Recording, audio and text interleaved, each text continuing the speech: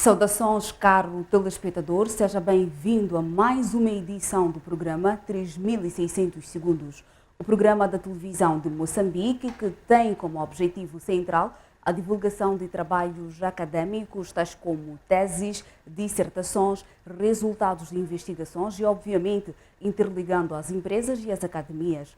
Ao longo das edições do nosso programa, temos estado a promover um debate inclusivo com o nosso painel de luxo, que se faz sempre presente, e também com uma plateia recheada de docentes e estudantes que nos ajudam a divagar melhor o tema e encontrar possíveis soluções do mesmo. Como sempre, nós contamos com o Dr. Fazenda, que é o nosso comentador residente, a quem desde já saúde, Dr. Fazenda, pronto para mais uma edição do programa 3600 Segundos? Mais uma edição do programa 3600 Segundos. Hoje vamos falar do uso da técnica canina na investigação criminal, pegando um caso específico da unidade canina da cidade de Maputo. Como todos sabemos, a unidade canina ela tem estacionado em vários pontos cães que ajudam na identificação de meios de prova, caso haja efetivamente alguma anomalia por parte de algum viajante, por causa dos aeroportos, dos portos, trazendo isso na sua mala, por exemplo, de viagem, ou então em qualquer outro formato de embrulho ou de embalagem, e que isto sirva de evidência suficiente de prática de um determinado crime. Obrigada. Ao lado do Dr. Fazenda está o Jorge Itembe, quem desde já vou pedir que se apresente e que possa dizer quem é, qual é a função que exerce para o nosso caríssimo telespectador. Muito obrigado, saudações. Respondo pelo nome de Jorge Manuel Itembe, especialista em técnica de reprodução e cria, jurista e mestrando em investigação criminal. Dizer que o tema de hoje, nós vamos falar cá do uso da técnica canina na investigação criminal, que é uma técnica muito relevante para a nossa investigação criminal. Obrigado. Com certeza o debate promete. E ao lado do Dr. Manuel temos uma mulher. Boas saudações, bem-vindo ao nosso programa. Peço que se apresente, diga o nome e a função que exerce. Meu nome é Rosita Matinho, licenciada em Ciências Policiais pela CIPOL, investigadora criminal, e mestranda em Investigação Criminal pela CIPOL neste momento. Ao lado da doutora Rosita temos mais um convidado. Peço que se apresente e diga a função e o nome. Meu nome é Rogério Samuel, sou licenciado em Direito pela Universidade de Eduardo Mondlane, sou docente universitário. E é um privilégio estar aqui diante desta magna casa para, de alguma forma, contribuirmos sobre o tema que, por sinal, coincide com o trabalho de fim de curso do Dr. Jorge. E muito obrigado. Obrigada a nós. Para além do nosso painel principal, também contamos com uma plateia que, como disse, é constituída por estudantes, quer finalistas e não só, de diversos institutos e universidades aqui a nível da cidade de Maputo, e também pelos seus respectivos docentes. Já agora, mesmo para início de debate, vamos lançar a primeira questão para o Dr. Jorge. Dr. Jorge, qual foi o principal objetivo do seu trabalho de final de curso no universo de temas de direito que podia muito bem selecionar para poder estudar? O porquê de estudar o caso de investigação criminal? Obrigado. Estudar investigação criminal, na verdade, deve-se ao fato de o próprio animal em debate, que é o cão, que é dotado de uma capacidade olfativa muito elevada, conseguir detectar substâncias como droga, armamento explosivo, mas que esse não está a ser aproveitado como deve ser. A priori eu queria falar, na verdade, de direito dos animais. A priori, queria falar de direito dos animais, mas vi esse déficit na investigação criminal. Foi nessa senda que procurei falar do cão pela capacidade dele e que pode ajudar na formação do corpo do delito. Exatamente. Até porque o Dr. Jorge faz parte também da polícia canina, né? A nível da cidade de Maputo. Gostávamos de saber qual foi a metodologia que usou para chegar às conclusões do trabalho aqui que estamos a debater. Na verdade, não fechei o trabalho. Não fechei o trabalho, visto que não encontrei pela dificuldade, porque o tema é um tema novo e que muitos autores, na verdade, abordam sobre o tema. Daí que fui até onde pude. E se prestar atenção na conclusão, eu deixei espaço para que outros estudantes de direito investigassem para ver se chegamos a um ponto. Exatamente, já sabemos aqui sobre o objetivo da pesquisa e também sobre a metodologia usada pelo estudante, agora já licenciado e mestrando, assim que é, em técnicas policiais, penso que isso, em investigação criminal. Obrigada. Doutor Fazenda, feito isso, podemos começar com a nossa ronda de questões, tanto para a doutora Rosita como também para o doutor Jorge. Tem alguma questão pertinente que queira fazer? Talvez começar por ele para um ponto importante que é este. Será que todas as provas, todas as evidências ou meios materiais que são detectados pelo cão, que precisam de serem validados por humano como prova ou evidência, sempre têm utilidade para podermos usar como meios materiais para indiciar alguém? Sim. O que sucede é que os técnicos da canina são solicitados pela investigação criminal. Depois, porque os meios que a investigação criminal usa às vezes chega a um certo limite, onde os meios convencionais já não conseguem lá chegar. Então, é onde solicita o animal para poder fazer face às limitações humanas. Então, há certos vestígios que o cão busca e que a investigação vê como relevante para a prossecução ou para a formação do corpo de delito. Não todos, na verdade, nem tudo que o cão vai buscar vai servir para a formação do corpo de delito. Do mesmo jeito que quando o homem busca os vestígios, alguns, nem todos vão servir, alguns são afastados. E aqueles que são relevantes para a formação é que entram no processo. Exatamente, obrigada.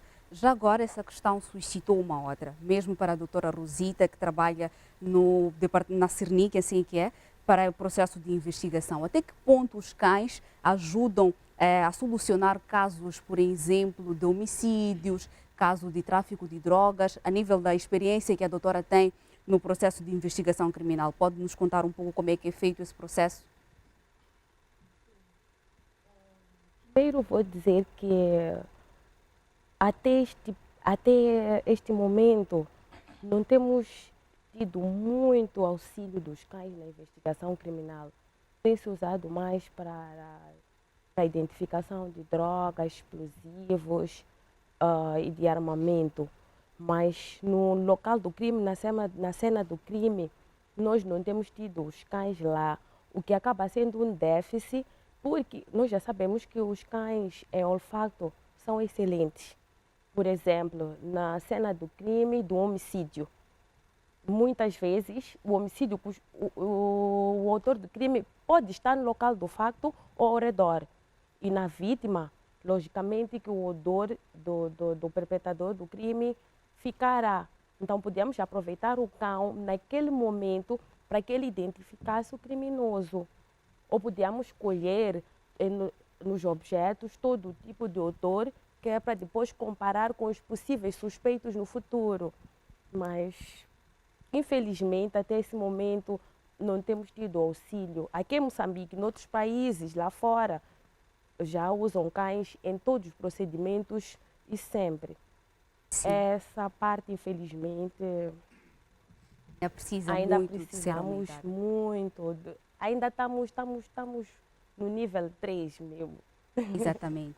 Já agora, doutor Jorge, como é que é feito o processo de criação, adestramento e seleção dos cães que vão fazer parte da polícia? Chamam de polícia canina, assim que é, porque trabalham em parceria com os polícias para poder detectar alguns crimes. Como é que é feito o processo de criação, seleção e adestramento dos cães a nível da polícia canina sede aqui na cidade de Maputo? O processo de seleção começa mesmo no período de gestação, porque a seleção vai nas fêmeas para poder fazer parte da reprodução. E aí, depois dos 21 dias, começa o processo de tratamento do animal, depois vai aos 45 dias, que é o processo de vacinação, e começa o adestramento a partir dos 50 dias, que é o período em que nós conseguimos observar se o cão é dotado de capacidade para o efeito das buscas. Começam as brincadeiras com o apoio, que é o objeto que ajuda o animal a ser mais ágil. Então, o processo de seleção, na verdade, vamos buscar nos cães que são mais ágeis para casos de deteção de drogas explosivas.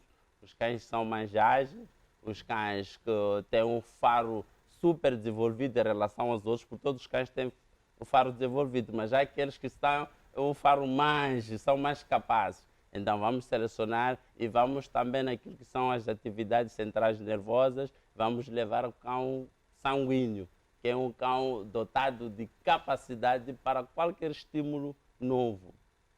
Sim. Exatamente. Esteve aqui a falar sobre a questão genética. Existem espécies específicas que são selecionadas pela polícia canina para determinar se vai fazer parte como farejador, identificador de corpos, de odores, alguma espécie de cão que é selecionado? Sim. Para cães de detenção de substância, temos o labrador, temos o Spring Spaniel, tem o próprio pastor alemão. É o próprio pastor alemão. E agora usa-se mais até o Belga Malinois, que nós ainda não temos, mas estamos a trabalhar no sentido de ter. Exatamente. Dr. Rosário Samuel, estamos aqui a falar sobre o uso do cão na investigação de crimes. Até que ponto esta técnica pode ser usada no processo de julgamento, uma vez que o cão vai ajudar a colher algumas provas que podem incriminar o suspeito e determinar que o juiz ou o advogado possa melhor compreender o fato criminal. Até que ponto isso é importante para o direito?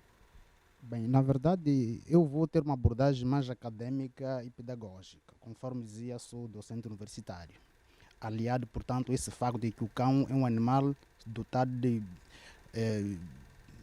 uma técnica muito super-humana, porque quando o homem não consegue chegar, é o que dizia o doutor Fazenda, o cão vai para lá.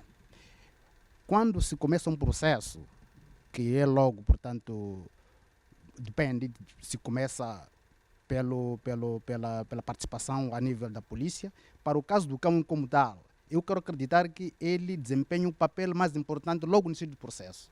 Porque se ele, o cão, vai farejar, se ele vai buscar elementos, se ele é usado para detectar as drogas, detectar os explosivos, é com base nesses elementos os primeiros que se vai levantar o processo. Então, quando o cão vai lá farejar, é no sentido de iniciar o processo investigativo com vista a que esse processo seja instruído, porque todos os indícios que nós buscamos aqui a nível de processo é com vista a produzir corpo de delito, conforme dizia o Dr. Jorge. Então, o cão, neste caso, é um elemento muito importante. Muito importante por quê? Porque quando nós não encontramos, não detectamos a droga, quando nós não conseguimos detectar o explosivo, um outro elemento que constitua uma infração criminal, naturalmente o processo não vai seguir. Então, Exatamente, até porque um processo precisa de provas, não é? Exatamente. Mais do que isso, ele, para nascer o processo como tal, deve existir o quê? Primeiro, um crime que foi cometido. Exatamente, o debate está realmente super interessante, mas vamos acompanhar o apontamento de reportagem que mostra sobre o processo de criação, adestramento e também de seleção de cães que são usados como cães polícia e para farejar drogas e alguns explosivos a nível do Aeroporto Internacional de Maputo. Acompanhe.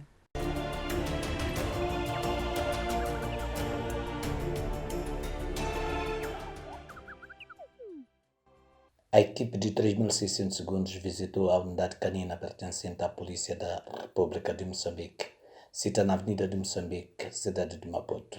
Segundo a Lei nº 16/2013, de 12 de agosto, ela é vocacionada fundamentalmente à participação em ações de garantia de ordem e segurança públicas que exijam a utilização de canídeos especialmente treinados para o efeito, prestando auxílio em situações como controle de massas, detenção de explosivos, drogas, localização de pessoas e cadáveres em caso de acidentes e catástrofes. São igualmente utilizados na segurança de fronteiras, portos, aeroportos, gares e outros terminais de passageiros e mercadorias, com o objetivo de aferir o treinamento em que os caninos são submetidos. Dércio Raimundo Mandemul, adjunto superintendente da polícia, afeto na unidade canina desde 2007, aclareia algumas dúvidas lançadas pela nossa reportagem. Com que cães a polícia canina trabalha? Nesta unidade, nós trabalhamos com pastor alemão, labrador retriever, e trabalhamos com variedade de cães, algumas misturas que nós criamos aqui de cães de raça indefinida. Com que idade os cães podem ser submetidos ao adestramento? Normalmente, nós iniciamos com a pré-educação a partir de 45 dias. Nós metemos os cachorros na pré-educação e quando eles completam mais ou menos 3 meses, atribuímos aos portadores. Os portadores podem trocarem-se dos cães na fase do treinamento? Cada pessoa tem seu cão. Então, as pessoas não podem portar cão do outro. Cada pessoa tem o seu próprio cão. É sua arma de trabalho. E iniciamos com as atividades. Quais são os métodos que a polícia canina utiliza para o treinamento, para que estes atendam os propósitos em que a unidade atinja os seus objetivos? Usamos 2 métodos na patrulha de vigilância e usamos um método na DX, neste caso é drogas, armas explosivas. Drogas, armas explosivas, usamos método alimentício e usamos método contraste, que é a junção do método alimentício e o método mecânico para o cão de patrulha e vigilância. Então, aplicamos o irritante para ele sentar, depois recompensamos para ele não ficar com uma experiência negativa de que eu estou sendo maltratado. Assim, enquanto que estamos a querer chegar num único ponto. Quanto ao passo a passo do treinamento? Primeiro, antes de começarmos o nosso trabalho com o cão, temos aquilo que chamamos de livre. O livre consiste em o quê? É um cão estar independente de todo tipo de irritante. Neste caso, vou dando exemplo, o tipo de irritante que me refiro é o cão estar livre na hora de fazer o trabalho. Livre em o quê? Nas fezes e a urina. Começamos do campo de pré-educação, metemos no campo real, formamos uma situação de esconderijo para podermos esconder a boneca. Escondemos a boneca, neste caso é busca do cheiro próprio. A boneca é o cheiro do próprio cão. Fazemos o jogo com ele, ele busca pensando que está a brincar, mas que no entanto nós estamos a fazer um trabalho real. Escondemos o boneco, o cão vai procurando e apanha e recompensa-se. A recompensa é através de um outro boneco ou um alimento. Após isso, entramos numa outra fase, que é a fase da discriminação da própria substância. A discriminação do cheiro próprio e o cheiro da droga. Em que consiste o adestramento geral? Temos no adestramento geral, primeiro é o comando junto, que anda ao seu lado, comando senta, comando deita, comando levanta, comando aqui e comandos à distância. Depois da obediência, apresentamos as mordeduras. As mordeduras que é ao lado da perna. Então, começamos do simples ao complexo. Dando um exemplo, a pessoa ou o manifestante põe-se em fuga e nós mandamos o cão. O comando faz, ele sai, vai neutralizar.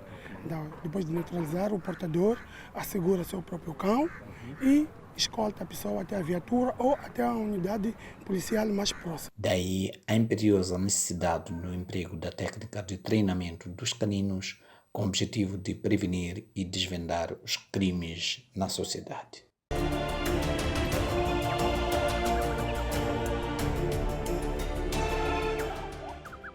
Pois bem, após termos acompanhado a este apontamento de reportagem, é chegado o momento de promover mais uma vez o debate, desta feita não só com o painel principal, mas também com a nossa plateia. Já vejo aqui o microfone nas mãos de um dos nossos painelistas. Sim, esteja à vontade, pode colocar a sua questão.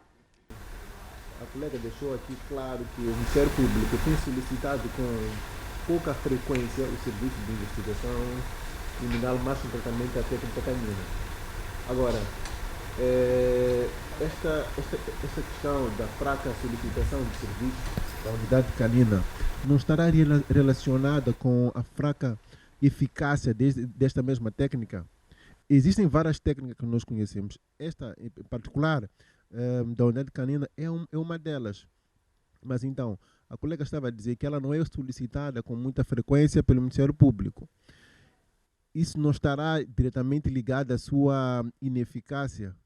Não há dúvida de que os cães eles têm um olfato extremamente apurado, mas o fato do Ministério Público não estar a promover o uso dessa técnica não estará ligado essencialmente ao fato dela ser menos eficaz?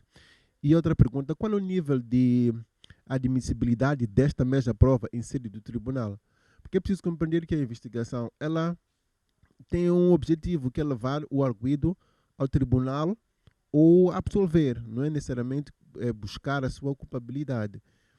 Se considerarmos, por exemplo, que nos últimos 2 anos houve fraca adesão houve fraca adesão desta técnica, isso não estará a nos levar ao sentido de que, olha, esta aqui não é eficaz, então é melhor desconsiderarmos. Eu não sei se fiz perceber a minha pergunta. Também, obrigada. Sim, mais alguma questão vinda da plateia? Tem um braço aqui em frente. Mas não, vamos primeiro deixar as meninas. Sim? Saudações, seu nome? Saudações, Érica Tembe, do Instituto Superior Mutassa. Gostava de saber como é que se classifica o local do crime. 2. Obrigada, Érica. Sim, pode continuar. Quais são as evidências de um crime? Peço para que repita a segunda questão. Quais são as evidências de um crime? Sim, aqui embaixo. Saudações, Frank Silvestre Mucaúc, docente universitário, Instituto Superior de Gestão, Comércio e Finanças. Quero deixar a minha contribuição, não necessariamente uma questão, visto como disse a apresentadora em jeito de introdução, que é um tema acadêmico, mas de interesse social, e é nesta perspectiva que quero me conduzir, contribuir para aquilo que é o papel da investigação criminal usando a técnica canina.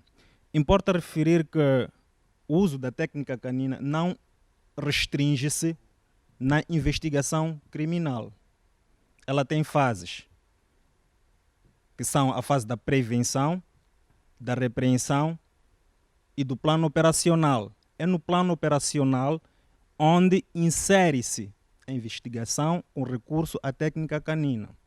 Ou seja, na fase da prevenção é onde se recorre aos cães efetivamente para fiscalizarem, não só aos portos, às fronteiras e em outros locais, mas em todos os locais que necessariamente careçam de segurança e tranquilidade pública, tal como vemos em outros países, os cães a circularem com os nossos polícias a fazerem patrulhamento, não só a segurar as vias públicas, os utentes, mas também ao próprio polícia. Porque é um elemento de segurança também para o próprio polícia. Entretanto, aqui o que estivemos a ver, enquanto técnica de investigação criminal, que necessita da existência de um crime ou indícios de um crime, enquanto estudo de caso, nós vimos aqui uma atividade preventiva nos portos. O estudo de caso não nos remeteu a uma situação de investigação criminal, mas sim a uma atividade preventiva ou de fiscalização. E é o que tem acontecido. Enquanto recurso de investigação, infelizmente, como disse a painelista, a doutora que já me escapa o nome, a Rosita, tem sido muito exíguo. O que acontece é, pronto, levamos os cães, vamos aos aeroportos, não há denúncias, não há indícios de crime, é uma atividade rotineira. Mas os cães podem muito bem ir além disso. Temos os casos dos abortos, temos os casos de raptos, em que a polícia canina efetivamente tem um papel preponderante para identificar a existência efetivamente desses fatos e poder ajudar no esclarecimento, não a responsabilizar, mas a esclarecer. Muito obrigada, doutor. O contributo doutor. é neste sentido, no sentido de fazer mais uso destas técnicas. Muito obrigado. Penso eu assim que a sua contribuição ficou e foi registrada, sim. Tem uma pergunta de insistência aqui mesmo na segunda fila, pode fazer? Muito obrigado. Respondo em nome de Custódio Marcelino Afonso, engenheiro, finalista em investigação criminal pela CIPOL. Na verdade, o tema é um tema de extrema importância. O uso da técnica canina na investigação criminal.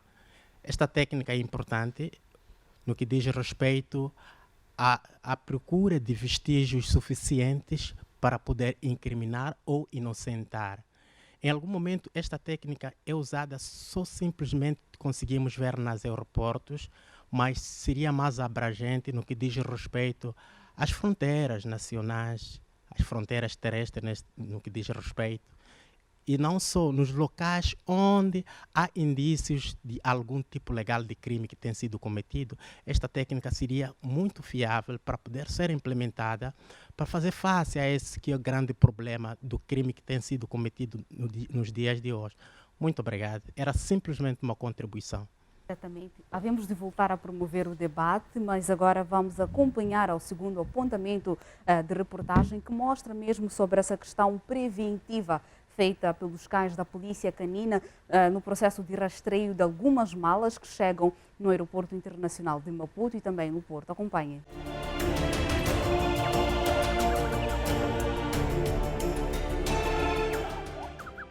Na atividade de rastreio do trabalho de grau de licenciatura em Direito, a equipe de 3.600 segundos acompanhou a saída da unidade canina da cidade de Maputo até o Aeroporto Internacional de Maputo, com o objetivo de colher evidências do uso de técnica canina na busca de drogas, armas e explosivos, pois o aparelho olfativo do cão possui uma capacidade elevada em comparação com o do homem, elemento suficiente para demonstrar a sua eficiência e importância no processo de investigação, principalmente na detecção de odores. O chefe Dércio Mandimul relata a busca controlada. Neste momento, o portador encontra-se ali a indicar, chamamos de ritual de trabalho. Então, vai fazer uma busca controlada. Então, ele vai indicando onde o cão deve passar para fazer a busca. Então, neste momento, o cão está a revistar as malas, a fazer a revisão para ver se apanha qualquer cheiro em uma dessas malas. Entende-se que este é um trabalho multissetorial. Com que equipes a unidade canina colabora? Temos a PP, temos a migração, temos bombeiros, temos a própria canina que está conosco aqui e a Cernic. Então são equipes que trabalham em conjunto aqui no Aeroporto Internacional de Maputo. Quantas malas o cão tem capacidade de fazer a busca? Isso não temos um número determinado, mas para que o trabalho corra bem, colocamos de 6, no máximo 8 malas. Então, quando as malas não têm nada, tiramos as malas e colocamos as outras que estão a sair. O número de cães influencia na qualidade de busca? Depende muito mais do sítio em que se faz a busca. Por exemplo, aqui onde estamos é um sítio muito fresco e há muita sombra. Então, 2 cães são capazes de trabalhar até acabar as malas. Então, mas para prevenir isso, ou não sobrecarregar o cão, nós preferimos trabalhar mais ou menos com 6, 7 cães. Então, é por isso que quanto maior for o número de cães, melhor será o trabalho, para não sobrecarregar o outro cão. Enquanto um busca e sai, então, quando sai, vai descansar, entra o outro buscar, assim sucessivamente. Como é feita a sequência na busca com os caninos? Quando ele fareja, por exemplo, farejou o primeiro cão. Sim. E ele não apanhou nada. Sim. Então, metemos outro cão para consolidar se é verdade ou não. Então, se o outro não apanha, então as malas estão limpas e podem prosseguir. Quando há alguma coisa ilícita, o que o cão faz? Durante a busca das malas, ele chega na mala contaminada e fareja com muita força e senta. Como procede se acha uma substância proibida? Se encontramos alguma droga numa das malas, o que fazemos? Isolamos a mala e, ao isolarmos a mala, entregamos à entidade competente, que neste caso que é a Cernic. Então a Cernic é que dá continuidade da situação, ou vai verificar o que tem lá nas malas e dá o seguimento. A presente reportagem enquadra-se na análise da monografia de grau de licenciatura do Dr. Jorge Manuel Tembe. Este trabalho foi submetido no Instituto Superior de Gestão, Comércio e Finança, IJACOF, como cumprimento parcial dos requisitos necessários para a obtenção de grau de licenciatura em Direito, sobre o tema Uso da técnica canina na investigação criminal.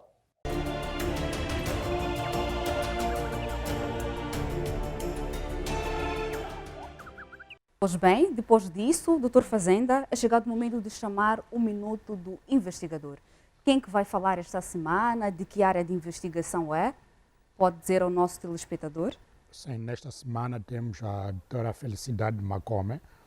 Ela é doutorada e investiga na área de tecnologia de alimentos, agroprocessamento, basicamente. E vamos ouvir ela a falar. Já passamos alguns trabalhos, como por exemplo a produção do iogurte usando plantas nativas, que é uma das atividades que ela desenvolve. Obrigado. Exatamente, o Dr. Fazenda já fez o convite. Acompanhe.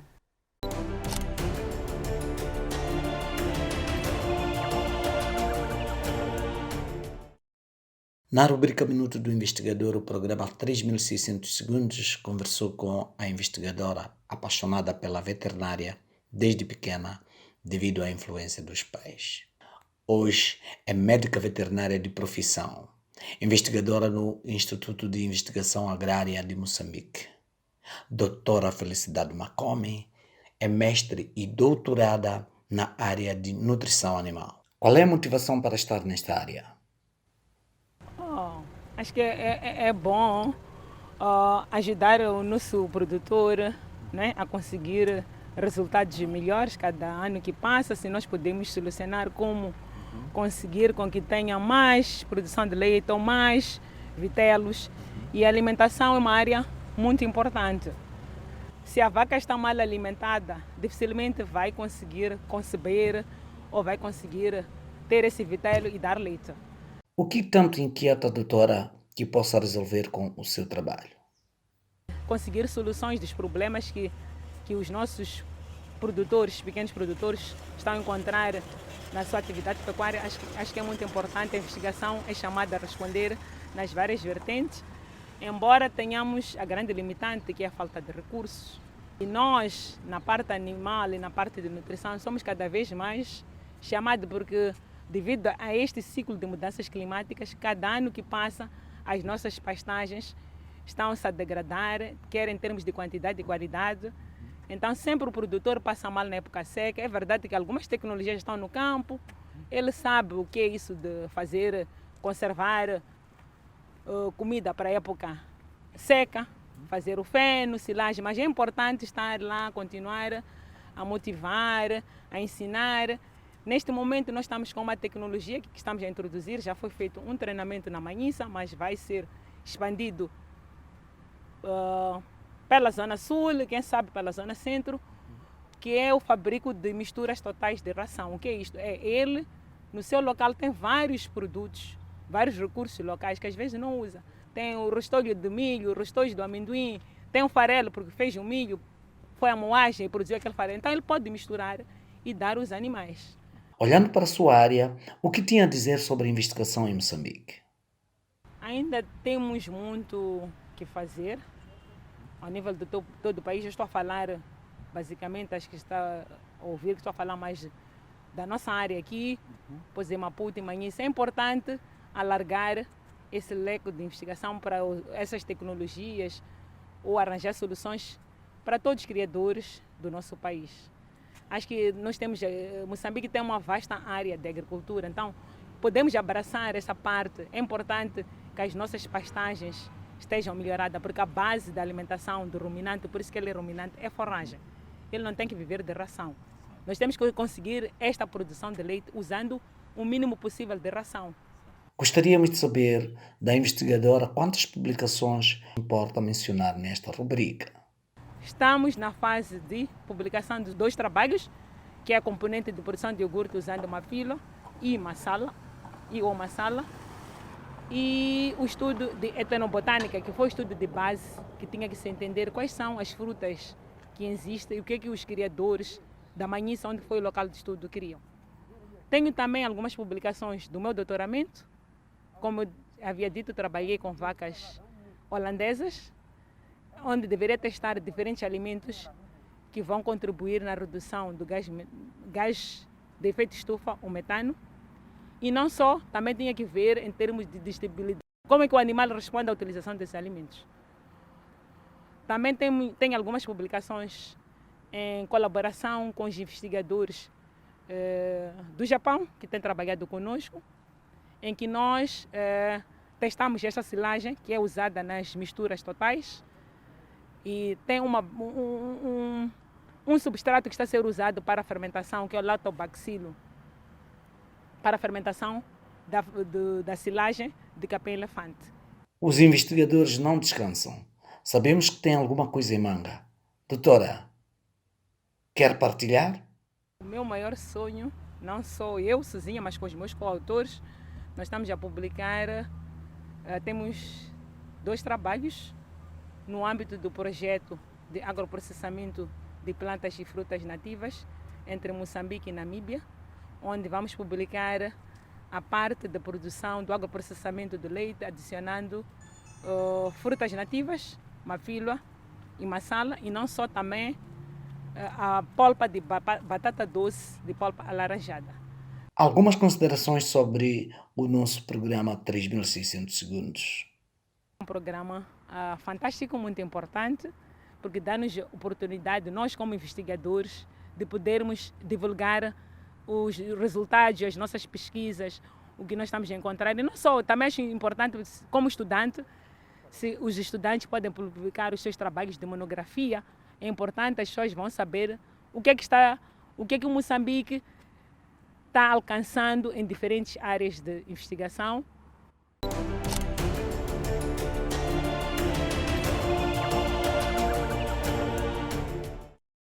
Pois bem, agora vamos para mais uma ronda de debate e também de contribuições. O painel principal pode responder às questões que foram lançadas pela nossa plateia.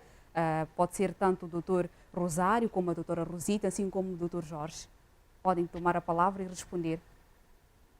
Sim, talvez pegar a questão do um dos colegas do painel, quando pergunta sobre enquadramento na criminalística da unidade canina, ou seja, da técnica canina, dizer que na criminalística a técnica canina é enquadrada na odorologia forense, sim, e que é a ciência que estuda mesmo o faro do cão nos processos de investigação. Então, é neste sentido que nós usamos a técnica canina. É dizer que, na verdade, conforme disse, os colegas acabaram de dizer que neste momento não se nota tanto o uso dessa técnica na investigação criminal. é quase, o uso é quase ínfimo ou quase não existe. Os cães só estão mais para a prevenção do crime, mas não para a investigação do crime. Mas a nível internacional nós observamos tanto, principalmente em países como os Estados Unidos, em termos de direito comparado, eles usam o cão e também tem normas que protegem o próprio portador do cão. Em caso desse cão criar danos nos veículos, estamos a falar de casos de fiscalização. Então, tem normas que acabam protegendo o próprio portador do animal. Eu acredito que ainda não estamos nesse nível, mas o estudo, na verdade, visa até chegar aí. Muito obrigado. Uma das perguntas mesmo tem mesmo que ver com a falta de uso dos cães no processo de busca de fatos criminais, no processo de recolhição de provas. A pergunta é mesmo para a doutora Rosita. Estamos nesse âmbito de que não se usa muito o cão para poder identificar o local de crime. Até que ponto isso prejudica o processo de investigação levado a cabo pela CERNIC? É assim, essa técnica da odontologia forense surgiu em 1919 numa escola canina na Holanda e vem se usando desde essa altura até hoje, foi desenvolvendo. Em vários países, como dizia o Jorge, tem se usado, esclarece-se vários crimes graças ao auxílio dos cães. Aqui no nosso país, eu não me recordo de algum local do facto que eu fui, lá o auxílio do cão. Isso dificulta muito. Nós temos muito, ultimamente, nos últimos tempos, tem se verificado muito o cibercrime, em que as pessoas sofrem troca de cartões nas ATMs, a clonagem de cartões, e são quase os mesmos indivíduos. Os indivíduos andam de ATM em ATM, depois entram nos bancos. Os cães iriam nos ajudar a localizar esses indivíduos que estão a defraudar muita gente. Temos o caso dos homens katana, várias pessoas que vivem nos nossos bairros, são nossos vizinhos, que furtam, que roubam-nos, levam nossos bens, temos violadores, temos homicidas e os cães iriam nos ajudar, mas nós não estamos a fazer o devido uso do cão. E o cão nos ajudaria bastante. Então, é muito triste quando nós estamos no esclarecimento, quando nós não conseguimos esclarecer crimes, enquanto temos o cão poderia nos ajudar bastante. Também quero deixar ficar um dos colegas disse que o Ministério Público não solicita. Não trata-se de solicitação do Ministério Público. O auxílio do cão na investigação criminal é algo que seria indispensável, que é indispensável, vou falar no geral. Então não é o Ministério Público que solicita. Mesmo no próprio local do facto, na composição das pessoas que devem estar lá, da própria equipe, o homem da canina, o cão, deveria estar lá.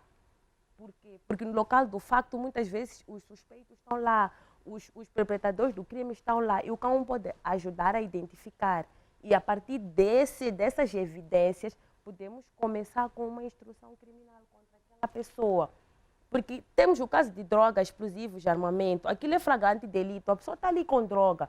Nós já temos matéria suficiente para que aquela pessoa seja detida. Mas estamos a falar de casos em que o cão vai buscar odor em objeto e nos indica que o fulano de xixi é que é o dono daquele odor. A partir daquela evidência, nós vamos começar com o processo crime. Exatamente, muito obrigada, doutora Rosita. A questão agora vai mesmo para o doutor Rosário. Questionava-se sobre qual é o nível da admissão dessa prova ao tribunal. O cão identificou um determinado objeto, identificou a droga. Esse tipo de prova como posso dizer, é aceite no tribunal? Até que ponto pode ajudar? Bem, na verdade, antes de responder à questão que o colega lá, o Elias Mavi, apresenta sobre a questão da admissibilidade da prova, é assim. O uso da técnica canina na investigação criminal, particularmente na fase da instrução preparatória, tem em vista buscar esses indícios. quem deve requisitar o cão é a pessoa que está a cuidar do processo. Está, por exemplo, numa audição. Está a ouvir alguém que diz que no sítio X acompanhou que há um indivíduo que está um corpo sem vida. Então, se o criminoso já não está lá, está na fase de investigação criminal, o que é importante para ele? Localizar o perpetrador da infração. E muitas das vezes, conforme eu dizia, solicitar o cão tem a ver mesmo com essa coleta de elementos de prova, porque se eu não preciso do cão para investigar ou para produzir prova num processo, eu não vou ir buscar o cão. Se eu vou buscar, portanto, o cão, é justamente porque eu já esgotei as minhas capacidades humanas. Eu não posso fazer mais sem recorrer a este animal muito precioso para mim. É aqui onde o outro colega dizia, será que na verdade o facto do Ministério Público não solicitar muito é pela falta de eficiência? É que há crimes que eu não preciso lá buscar o cão. Mas há outros ainda que eu só posso vencer, só posso instruir devidamente se ir buscar, portanto, esse animal muito precioso e importante. Agora, a admissibilidade da prova, ela é assim. Temos os tipos de prova em processo penal. Temos a documental e aqui já estamos a falar de uma prova pericial. É um perito que vai para lá. Atenção, que eu quando levo o cão para o locus de delito, onde se cometeu a infração, responder a pergunta que uma estudante colocava lá, o locus de delito, o sítio onde se, portanto, efetuou aceitar a infração, eu tenho que depois produzir um documento. É o tal perito. E muitas das vezes, quando instrui o processo, vai para o Ministério Público, deduz a acusação e depois pronuncia-se o arguido, vai para o julgamento, é aí onde o juiz vai fazer o que vai apreciar a prova. A porção da prova acontece justamente nessa fase do julgamento. É aí onde a prova é careada, o juiz lê o processo, os elementos de prova que estão lá dentro, para aferir se de facto existe ou não esse agente da infração criminal, existe ou não o crime, e só depois, se ele precisar daquele indivíduo que esteve ligado naquela diligência, o que é que ele faz? Há de solicitar o perito. É aí onde, se calhar, o doutor Jorge tem para esclarecer, olha, eu estou a ver um documento aqui, diz isto, diz aquilo, na data X fez isto, o que é que significa efetivamente isto? Porque essa prova não é uma prova vinculativa do tribunal. O juiz tem aquele princípio que se chama um princípio da livre apreciação da prova. Ele, quando está com algum receio sobre uma determinada prova, ele solicita. Vou pedir que faça mesmo considerações finais em termos do assunto que estamos aqui a debater, uma vez que estamos a falar sobre o uso de algumas espécies de cão para o processo de investigação criminal. Gostava que desse algumas contribuições finais sobre este assunto. Só para concluir, na verdade, esse é um tema muito importante. A técnica da investigação canina é decisiva em alguns tipos de processos e nós usamos isso quando precisamos, quando estamos em busca desses elementos. É isso que significa instruir o processo e que depois vai seguir os seus passos até o tribunal e depois vai ser o julgamento. Agora, se usa-se muito ou não, eu quero acreditar que não temos muitos casos em que se recorreu a essa técnica, ou porque esses processos não precisam dessa intervenção, ou porque temos conhecimentos não muito, até que conhecimentos existem, ou porque não temos essa cultura de recorrer, portanto, à técnica canina. Só para terminar mesmo, é um tema muito relevante, extremamente importante, e eu quero acreditar que o próprio Estado já está a começar a pensar em como enquadrar esta técnica do ponto de vista processual, de tal forma que os homens que lidam com os processos possam usar isso com muita eficácia, com muita eficiência, por forma a fazer evasão ao crime organizado acima de tudo. E muito obrigado. Você também, doutora Rosita, a nível da CIRNIC, até que ponto esse trabalho é importante? Sim, esse trabalho é bastante importante, uma vez que como já falamos tanto, o cão é excelente em odor e também vou deixar ficar aqui uma consideração final dizendo que nós não só podemos identificar os suspeitos naquele local do facto, há vezes também em que podemos usar o cão para recolher todos os odores e eles são guardados em frascos de vidros e a posterior, quando surgirem os suspeitos, vamos usar o cão para a partir daqueles odores que recolhemos naquela altura para o cão poder dizer naqueles suspeitos quem é realmente a pessoa que esteve no local do facto. Então, isso é importante para muito importante. Espero que no futuro próximo a nossa investigação criminal olha mesmo nesse aspecto do uso do cães para o esclarecimento de vários crimes que até hoje não conseguimos esclarecer. Quero recomendar a alguns estudantes, investigadores, que trabalham mais na área canina, na área de investigação criminal, no uso da própria odrologia forense, que isso vai ajudar muito, tanto o país, assim como o mundo no geral. Muito obrigado. Obrigada. Doutor Fazenda, mais um debate promovido. Considerações finais? Sim, em termos de considerações finais, dizer que aqui estávamos a falar acerca da técnica canina, porque ela é muito útil para a busca de prova pericial, quer mesmo em algum momento que é preciso fazer a reconstituição de alguns fatos, o que ia apelar simplesmente à nossa procuradoria, os tribunais, a Cernic, que aí existe a técnica canina, que também pode ajudar muito no esclarecimento de muitos casos. Muito obrigado.